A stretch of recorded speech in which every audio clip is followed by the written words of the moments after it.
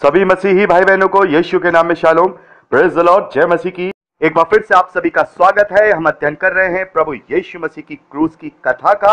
अब समय है कि हम उसकी चौथी वाणी का अध्ययन करें। चौथी वाणी पाई जाती है मत्ती का सुसमाचार 27वां अध्याय, उसके 45वें और 46वें वचन में। यहां पर लिखा है, दोपहर से लेकर तीसरे पहर तक उस सारे देश में अंधेरा छाया रहा। तीसरे पहर के निकट यीशु ने बड़े शब्द से पुकार कर कहा, एली एली लमा शब्दकनी, अर्थात हे मेरे परमेश्वर तूने मुझे क्यों छोड़ दिया। तो यहां पर हम देखते हैं कि प्रभु यीशु मसीह बड़े ऊंचे शब्द में चिल्लाकर परमेश्वर से कहते हैं, हे परमेश्वर तूने मुझे क्यों छोड़ दिया। तो जब हम इस वाणी का अध्ययन करते हैं तो बहुत सारे लोग इस बात को यहां सवाल के रूप में पूछते हैं कि जब परमेश्वर स्वयं प्रभु यीशु मसीह परमेश्वर और यीशु मसीह एक हैं, तब यहां पर वो कौन से परमेश्वर को दुहाई दे रहे हैं, वो कौन से परमेश्वर से कह रहे हैं कि तूने मुझे छोड़ दिया। तो इस वाणी से बहुत सारी बातों का हम अध्ययन करते हैं और ये जानेंगे कि प्रभु ने यहां पर ऐसा क्यों कहा कि हे मेरे परमेश्वर तूने मुझे क्यों छोड़ दिया। तो हम जब चारों सुसमाचारों का जब हम अध्ययन करते हैं तो एक चीज आपने गौर की होगी, आप में से जिस भाई बहन ने जो बाइबल निरंतर पढ़ते हैं उन्होंने गौर किया होगा कि प्रभु यीशु मसीह ने कभी भी परमेश्वर को परमेश्वर कह करके संबोधित नहीं किया है। बहुत बड़ी बात आपको बता रहा हूं, कुछ समयों पर कभी कभी उन्होंने परमेश्वर कह के संबोधित किया, बल्कि पूरे चारों सुसमाचारों को जब हम पढ़ते हैं तो क्रूस के अलावा, क्रूस पर जब प्रभु यीशु मसीह हैं, उसके अलावा उसने यानी प्रभु यीशु मसीह ने कभी भी परमेश्वर को परमेश्वर कह के संबोधित नहीं किया। केवल वहां उसने पिता कहकर, मेरा पिता, हे पिता, पिता ये कह करके संबोधित किया। लेकिन अचानक से क्रूस पर क्यों प्रभु यीशु मसीह ने परमेश्वर को परमेश्वर कह करके संबोधित किया, यह बहुत बड़ा अपने आप में सवाल है। और यह क्यों कहा कि तूने मुझे छोड़ दिया। देखिए, सबसे पहले हम बात करेंगे कि वहां पर प्रभु यीशु मसीह ने ऐसा क्यों कहा कि परमेश्वर तूने मुझे छोड़ दिया। देखिए, प्रभु यीशु मसीह क्रूस पर जो इस वक्त पीड़ादायक मृत्यु की ओर बढ़ रहे हैं, वो किसके कारण बढ़ रहे हैं।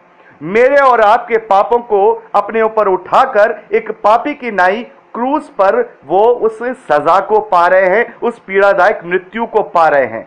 वो अपने गुनाहों के लिए वहां पर नहीं चढ़े हैं, क्योंकि हम जानते हैं, वचन कहता है कि प्रभु यीशु मसीह निष्कलंक मेमना है। उसने कभी कोई पाप नहीं किया, उसने पूरे जीवन वो निष्पाप रहा। लेकिन वो क्रूस पर जो चढ़ रहा है वो मेरे और आपके पापों को अपने ऊपर लेकर चढ़ रहा है। और यूहन्ना जो बपतिस्मा देने वाला है, उसने इस बात को कहा, देखो ये वो मेमना है जो जगत के पापों को अपने ऊपर उठा ले जाता है। तो प्रभु यीशु मसीह वहां क्रूस की सजा को पा रहे हैं, एक पापी की नाई, अपने पापों को नहीं बल्कि मेरे और आपके पापों के नाई, पापों को लेकर के पापी की नाई वहां पर क्या कर रहे हैं, उस सजा को पा रहे हैं। और हम देखते हैं, वचन कहता है कि परमेश्वर पापियों की नहीं सुनता, परमेश्वर पापियों की नहीं सुनता। और इस वक्त वो प्रभु यीशु मसीह दुनिया का, जगत का पाप बना हुआ था, तो परमेश्वर और पाप का कोई मेल नहीं हो सकता। ये वो समय था 6 घंटे का वो समय था, जब से ये धरती बनी है तब से लेकर अभी तक वो 6 घंटे का समय था जब पिता और पुत्र एक दूसरे से अलग हैं। यहां पर उनका जो एक तरह से जो अलग होना है वो दिखाते हैं, क्योंकि प्रभु यीशु मसीह उस वक्त पाप बने हुए हैं, परमेश्वर उनके साथ नहीं हो सकता। और ये इंडिकेशन है कि परमेश्वर पापियों के साथ नहीं होता है। इसीलिए वहां प्रभु यीशु मसीह कह रहे हैं कि हे परमेश्वर तूने मुझे क्यों छोड़ दिया। और वहां पर एक और बात निकल के आती है कि प्रभु यीशु मसीह वहां पर जब क्रूस पर हैं तो वो सामर्थ्य में नहीं है, क्योंकि प्रभु यीशु मसीह स्वयं परमेश्वर हैं, पिता और पुत्र और पवित्र आत्मा एक हैं, ये त्रिएक परमेश्वर हैं।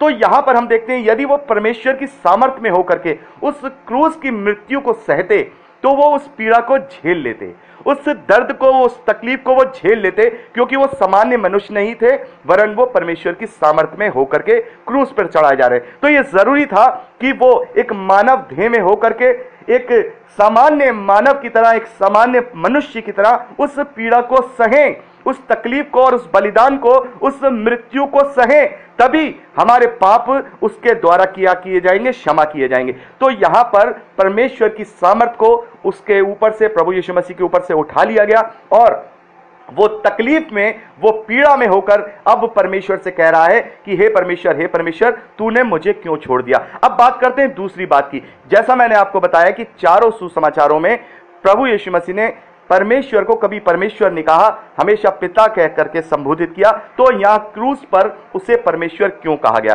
देखिए, जब प्रभु यीशु मसीह का जन्म हुआ पवित्र आत्मा की सामर्थ के द्वारा हुआ, तो वो क्या है? वो एक मानव देह है जो मरियम के द्वारा पैदा हुआ, एक मनुष्य के द्वारा पैदा हुआ। उसमें मनुष्य का ही हड्डी मांस है, उसमें मनुष्य का शरीर है। वो 100% एक मनुष्य की तरह था और 100% ही परमेश्वर की सामर्थ में भी था। तो मैंने आपको क्या बताया कि पुत्र कौन है? पुत्र वो मानव देह है और वो उसके अंदर जो सामर्थ है वो परमेश्वर की त्रिएकता है। तो यहां पर दो चीजें हम देखते हैं प्रभु यीशु मसीह में। जब वो सामर्थ में है तो वो परमेश्वर का रूप है, और जब वो सामर्थ नहीं है तो वो केवल एक मानव देह है। वो देह जो मेरे और आपके लिए तोड़ी जा रही है, वो देह जो मेरे और आपके लिए मारी जा रही है, वो देह जो मेरे और आपके कारण पीड़ादायक मृत्यु को सहने जा रही है। और उसी देह को हम परमेश्वर का पुत्र कहते हैं। उसी देह को, ये बात मैं आपको बता चुका हूं, उसी देह को हम परमेश्वर का पुत्र कहते हैं। और हमें यह विश्वास करना है परमेश्वर पर, पुत्र पर, क्योंकि उस पुत्र की देह के द्वारा ही मेरा और आपका उद्धार हुआ है, मेरे और आपके पापों की क्षमा हुई है। तो वो जो देह है इस वक्त वो सामान्य देह है, उस पर सामर्थ्य नहीं है। तो अब उसका संबंध पिता और पुत्र का नहीं रहा, क्योंकि वो पाप में है। अब उसमें सामर्थ्य नहीं है, वो पापी की नाई सजा को भुगत रहा है। तो अब उसका रिश्ता पिता और पुत्र का नहीं रहा, अब उसका रिश्ता परमेश्वर और एक मनुष्य का हो गया। इसलिए उसने परमेश्वर को परमेश्वर कह करके संबोधित किया। वहां पर उसने पिता कह करके संबोधित नहीं किया, बल्कि उससे पहले जब वो सामर्थ्य में था और वो पापी नहीं था, वो निष्पाप था, निष्कलंक था, तब उसका रिश्ता, उस देह का रिश्ता परमेश्वर से पिता और पुत्र का था। इसलिए वो उसको उसको पिता कह करके संबोधित करता था। और उसके बाद हम देखते हैं जब प्रभु यीशु मसीह का पुनरुत्थान हो जाता है, उसके बाद भी वो फिर से पिता का ही संबोधन अपने पिता के लिए करता है। केवल ये क्रूस पर ही प्रभु यीशु मसीह ने उसे परमेश्वर कह करके कहा है। अब ये तो बात आ गई कि वो ऐसा प्रभु यीशु मसीह ने क्यों कहा कि तूने मुझे छोड़ दिया, और उसने परमेश्वर क्यों कहा, ये भी हमने बात कर ली। अब इस वाणी से मुझे और आपको संदेश क्या मिलता है? ये बात तो हो गई कि प्रभु यीशु मसीह ने ये वाणी, चौथी वाणी कही, ये किसी मनुष्य से नहीं कही, अपने पिता से, अपने परमेश्वर से बात कही, और करुणा के साथ कही, ऊंचे शब्द के साथ कही, चिल्ला करके कही, एली एली लमा शब्तकनी, एली एली लमा शब्तकनी, हे मेरे परमेश्वर, तूने मुझे क्यों छोड़ दिया। तो ये मुझे और आपको क्या संदेश देती है? ये बात मुझे और आपको संदेश देती है कि हमें हर एक परिस्थिति में अपने परमेश्वर को नहीं भूलना है, उसे याद करना है और प्रार्थना निरंतर करते रहना है। ये हमें प्रार्थना का आदेश देती है। प्रभु यीशु मसीह की चौथी वाणी प्रत्येक मसीही विश्वासी को यह याद दिलाती है कि हर एक परिस्थिति में, चाहे वो स्थिति अच्छी हो, चाहे वो बुरी हो, जब आप परेशानी में हो, चाहे आप तकलीफ में हो, चाहे आप खुश हो, चाहे आप किसी भी स्थिति में हो, अपने परमेश्वर से प्रार्थना निरंतर करनी है। हमें प्रार्थना करना छोड़नी नहीं है। तो ये जो प्रार्थना का भाव प्रभु यीशु मसीह का दिखाया जा रहा है अपने परमेश्वर से, वो एक तरह से प्रार्थना ही कर रहा है कि हे मेरे परमेश्वर, तूने मुझे क्यों छोड़ दिया। तो ये प्रार्थना का भाव, ये प्रार्थना का आदेश चौथी वाणी से प्रत्येक मसीही विश्वासी को मिलता है कि हमें प्रार्थना निरंतर करते रहना है। प्रार्थना से हमें मुंह नहीं मोड़ना है, क्योंकि प्रार्थना एक ऐसा माध्यम है, प्रार्थना ऐसा माध्यम है जिससे हम अपने परमेश्वर से अपने बीच का रिश्ता गहरा कर सकते हैं। हम परमेश्वर से बातचीत कर सकते हैं, हम अपनी तकलीफों को परमेश्वर के सामने सामने रख सकते हैं, हम अपनी जो हमारा जो मन है उससे हम हल्का कर सकते हैं और उस विश्वास को और उस धीरज को प्राप्त कर सकते हैं जिससे हम अपने जीवन को, अपने विश्वास को दृढ़ और मजबूत कर सकते हैं। तो यहां पर हम देखते हैं प्रभु यीशु मसीह की जो चौथी वाणी है वो मानव जो मसीही विश्वासी हैं उसको ये संदेश देते हैं कि प्रार्थना निरंतर करते रहो, प्रार्थना कभी नहीं छोड़नी है। और ये ऐसा उन्होंने क्यों कहा, ये सारी बातें मैं आपको बता चुका हूं। तो यहां हमने चौथी वाणी का अध्ययन किया। देखिए, बातें बहुत सारी हैं, हम किसी भी वाणी के लिए बोलें तो बहुत सारी बातें निकल करके आती हैं। हम उन वाणियों के लिए जो है कितना भी बोल सकते हैं, क्योंकि बहुत सारी चीज़ें उन वाणियों में से निकल के आती हैं। लेकिन जो मुख्य बातें थी मैंने वो आपको यहाँ पर आज डिस्कस की है। तो ये चौथी वाणी आज हमने कंप्लीट कर ली है। अब समय है प्रभु की पांचवी वाणी की ओर चलने की।